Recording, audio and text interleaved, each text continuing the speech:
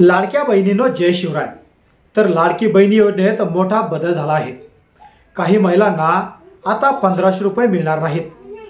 लाडकी बहीण योजनेच्या लाभार्थ्यांची संपूर्ण यादी अजून जाहीर झाली नसली तरी पण काही कारणामुळे अनेक महिला या योजनेसाठी आता अपात्र ठरणार आहेत। तर अपात्रतेची प्रमुख कारण लाडकी बहीण योजनेतून काही महिलांना अपात्र ठरवण्यात आले आहेत। ही महिला खालील काही गटामध्ये येतील त्या महिलांना आता 1500 रुपये मिळणार नाहीत। त्यातलं संजय गांधी निराधार या योजनेमध्ये लाभार्थी सुमारे 2.5 लाख महिला या योजनेतून वगळण्यात आल्या आहेत, कारण त्या आधीच संजय गांधी निराधार योजनेचा लाभ घेत आहेत। वयाची मर्यादा 65 वर्षापेक्षा जास्त वय असलेल्या सुमारे 1.10 लाख महिलांना या निकषानुसार आता योजनेतून वगळण्यात आले। त्यानंतर 4 चाकी वाहन धारक ज्या कुटुंबामध्ये 4 चाकी वाहन आहे अशा अनेक महिलांना अपात्र ठरवण्यात आले आहे। तसेच ज्या महिला नवशक्ती योजनेचे लाभार्थी आहेत किंवा ज्या स्वतःहून निवृत्त झाल्या आहेत, जवळपास 1.60 लाख त्यांना या योजनेतून वगळण्यात आले आहेत। एकूण अपात्र लाभार्थी जसं की विविध निकषानुसार एकूण सुमारे 5 लाख महिलांना या योजनेचा लाभ आता मिळणे बंद झालं। तात्पुरते निलंबन आणि तपासणीमध्ये 26.3 लाख लाभार्थ्यांचे खाते तात्पुरते ब्लॉक केले असून जून 2025 पासून 26.3 लाख लाभार्थ्यांचे खाते तात्पुरते थांबवण्यात आले आहेत।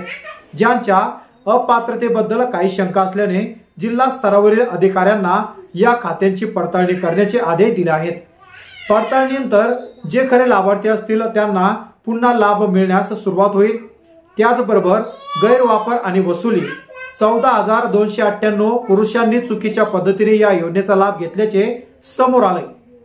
त्यांच्याकडून आता रक्कम वसूल करण्याची प्रक्रिया सुरू झाली असून 2652 महिला राज्य सरकारी कर्मचाऱ्यांनी चुकीच्या योजनेचा लाभ घेतला आहे। त्यांची रक्कम वसूल करण्यासोबतच त्यांच्यावर शिस्तभंगाची कारवाई सुद्धा केल्या जाणार आहे।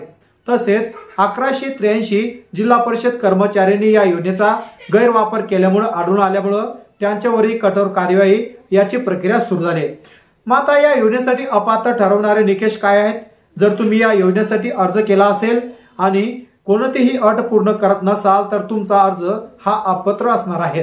जसं की तुमच्या कुटुंबाचे वार्षिक उत्पन्न 2.5 लाख रुपयापेक्षा जास्त असेल, सरकारी नोकरी असेल, कुटुंबातील कोणताही सदस्य पती, वडील किंवा मुलगा सरकारी योजनेत नोकरी असल्यास, आयकर कुटुंबातील कोणतेही आयकर भरत असल्यास, इतर सरकारी योजना तुम्ही आधीच इतर कोणत्याही सरकारी योजनेतून दरमहा मोठी रक्कम जसं की 1000 रुपयापेक्षा जास्त पेन्शन घेत असल्यास, वाहनांची मालकी तुमच्या कुटुंबाकडे 4 चाकी वाहन किंवा ट्रॅक्टर असल्यास, वयोमर्यादा अर्ज करणाऱ्या महिलांचे वय 21 वर्षापेक्षा कमी किंवा 60 वर्षापेक्षा जास्त असल्यास तुमचे नाव यादीत कसे तपासाल? तुमची नाव यादीत आहे किंवा नाही हे तपासण्यासाठी काही महत्त्वाच्या बाबी तुम्हाला करणं गरजेचं आहे। जसं की तुम्ही 1 नंबर जसं की अधिकृत वेबसाईटला भेट द्यायची आहे।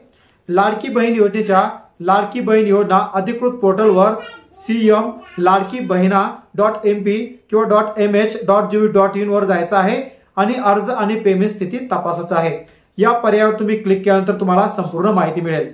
त्यानंतर तुमचा अर्ज क्रमांक किंवा नोंदणीकृत मोबाईल नंबर टाकायचा आहे। जसं की तुम्ही मोबाईल टाकल्यावर तुमच्या मोबाईलला एक OTP येईल। तुम्हाला जो मिळालेला OTP आहे तो सबमिट करायचा आहे।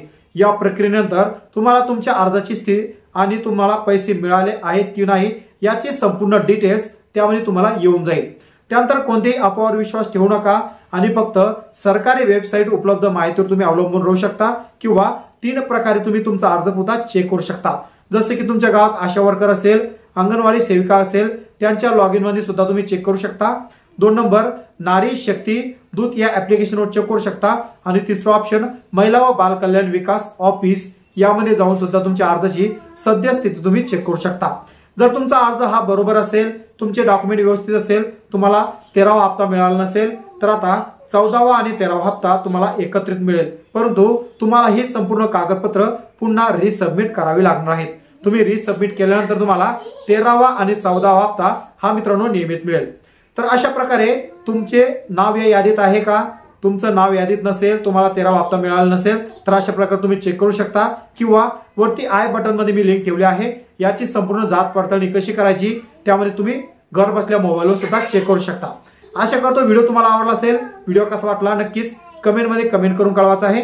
हा व्हिडिओ जास्तीत जास्त महिलांना सुद्धा शेअर करायचा आहे आणि YouTube चॅनलवर तुम्ही नवीन आला असाल चॅनलला सबस्क्राइब करून बाजूला असलेल्या बेल आयकॉनला नक्कीच प्रेस करायचा आहे।